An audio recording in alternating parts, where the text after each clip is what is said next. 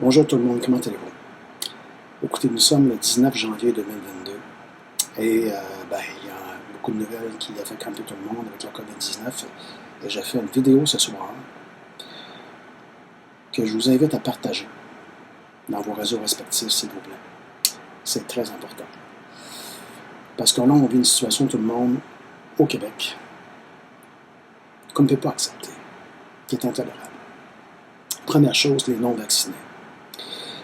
On accuse depuis des semaines tous les non-vaccinés de tous les maux qui accablent le réseau de la santé au Québec et dans les hôpitaux, en mettant tous les non-vaccinés dans le même panier, dans le même bateau, sans prendre le temps d'analyser qui compose ces non-vaccinés et leur justification de ne pas se faire vacciner.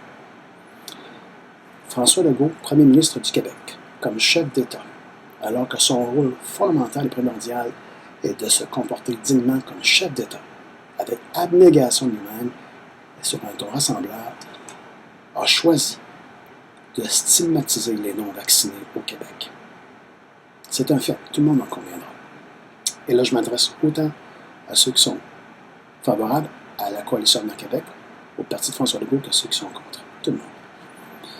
Mais il est clair qu'il a choisi de se moquer des non-vaccinés sans prendre le temps de savoir qui compose ces non-vaccinés et leur justification. C'est inacceptable. C'est totalement inacceptable. Il y a parmi les non-vaccinés une très forte proportion de gens qui respectent à la lettre les mesures sanitaires, mais qui refusent simplement de ne pas se faire vacciner parce qu'ils n'ont pas confiance en les vaccins, pour différentes raisons. 1. Les vaccins ont été mis sur le marché après seulement 5 mois de tests, versus 2 à 8 ans pour l'ensemble des autres vaccins de l'histoire de l'humanité pour d'autres pandémies. Première chose. Deuxième chose, il est clair que ces vaccins ne sont pas aussi efficaces que ce qu'on s'attendait au départ. Vous voyez les chiffres à vous-même. À peu près 30, 40, de 30 à 60% des gens qui sont doublement vaccinés peuvent quand même être infectés. On ne peut pas parler d'un vaccin, là. On ne peut pas parler d'un vaccin avec de telles proportions de gens qui peuvent quand même être infectés en étant pleinement vaccinés. Vous comprenez? Ce ne sont pas des vaccins, ce sont des atténuants, au meilleur terme possible. Et là, ça prend même 3 doses pour être pleinement vacciné avec une possibilité qu'on soit protégé à 75-80%. Possibilité. Il y a des gens qui n'ont pas besoin d'être vaccinés à cause de leur structure moléculaire, de leur ADN, tout simplement. Mais là, il y a des non-vaccinés là-dedans qui appliquent les mesures sanitaires très strictes dans le port du masque, désinfection des mains, lavage des mains de manière systématique, comme moi je le fais moi-même constamment, mais qui refusent juste d'être vaccinés parce qu'ils savent fort bien qu'une fois qu'ils sont vaccinés, on ne sait pas les conséquences long terme de ce qu'ils donnent dans le vaccin. À plus forte raison, en sachant que ça ne protège pas comme auquel on s'y attendrait. Voyez les chiffres à vous-même. Cette semaine, ou la semaine dernière, l'OMS, l'Organisation mondiale de la santé, a affirmé, allez voir sur le site web, et je les cite presque mot à mot, qu'il fallait plus d'informations sur l'efficacité des vaccins, notamment au niveau de l'hospitalisation et des cas de décès. Plus d'informations sur l'efficacité. Ça veut dire quoi? Il faut lire entre les lignes. Ça veut dire qu'on ne dispose pas suffisamment d'informations sur la véritable efficacité des vaccins. Y réalisez-vous? On en est là. Les médias en ce moment passent tout droit sur beaucoup de nouvelles qu'on devrait savoir parce qu'ils se font plus souvent qu'autrement courroie de transmission des déclarations de François Legault, des déclarations des autres autorités, sans qu'il y ait part des choses, sans qu'on fasse la part des choses entre les faits et ce qu'eux disent. Donc, je vous pose la question suivante.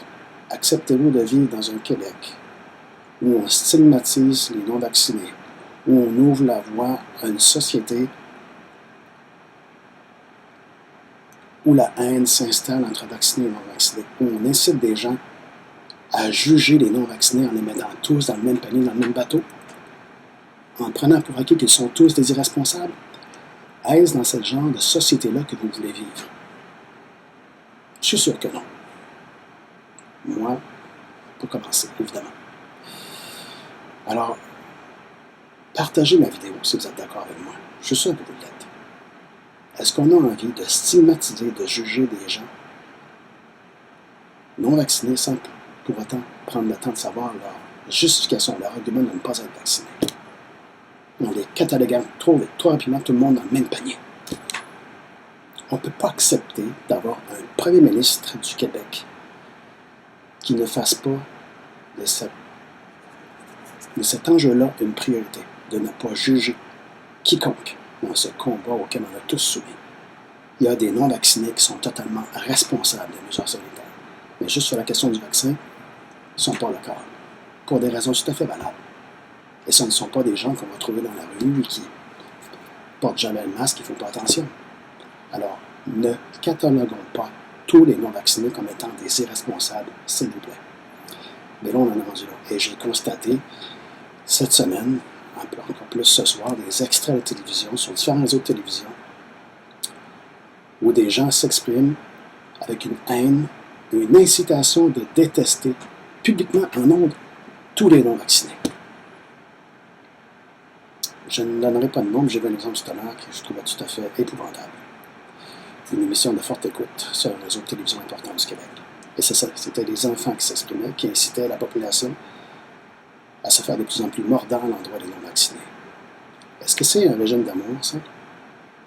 Est-ce qu'on accepte au Québec de vivre dans une société où de plus en plus on va se juger les uns les autres, on va accuser, on va porter un doigt accusateur envers toute personne qui est non vaccinée, sans comprendre ses motifs, sans comprendre sa réalité, ses arguments? Alors, je vous laisse réfléchir à ça. Je vous laisse aussi prendre le temps de vous arrêter et de vous éloigner de tout le brouhaha médiatique, de nouvelles toxiques qui nous incitent à toujours juger les non-vaccinés, dans un premier temps, et de mettre de côté toutes nouvelles, tous les médias qui ne cessent de vous casser la tête avec les mauvaises nouvelles. TVA, par exemple, a cette culture-là de toujours en mettre plus sur le sensationnalisme des mauvaises nouvelles. Alors, si ça vous intoxique, si ça vous infecte sans jeu de mots, boycottez TVA. Ou tout autre réseau, tout autre commentateur, toute autre vedette de la télé qui incite à haïr les non-vaccinés. L'amour de Jésus-Christ, c'est pas ça. Ce n'est pas de juger. Et je refuse à vivre dans une société où l'amour les uns pour les autres, sans jugement, sans comprendre l'autre. Une société où l'absence d'amour va s'installer. Je ne refuse à vivre là-dedans. Et vous aussi, j'en suis convaincu. Alors voilà. Donc, je voulais simplement partager ça. Ça me préoccupe beaucoup, mais moi, j'ai décidé de faire ma part au niveau politique bientôt. J'en ferai une annonce éventuellement prochainement, mais pour l'instant, je vous invite à partager ma vidéo afin que les porteurs de flambeaux qui refusent que les valeurs auxquelles on tient au Québec, de tolérance, de compréhension, d'écoute, d'empathie, de non-jugement, soient préservés et qu'on ne tombe pas dans un Québec où la haine, la radicalisation envers la non-vaccinée va s'installer. Ce n'est pas le genre de société auquel on veut avancer. Ce n'est pas le genre de société qu'on veut offrir à nos enfants. N'est-ce pas? Partagez ma vidéo, s'il vous plaît, afin que le message passe de plus en plus. Merci à vous. Bonne soirée.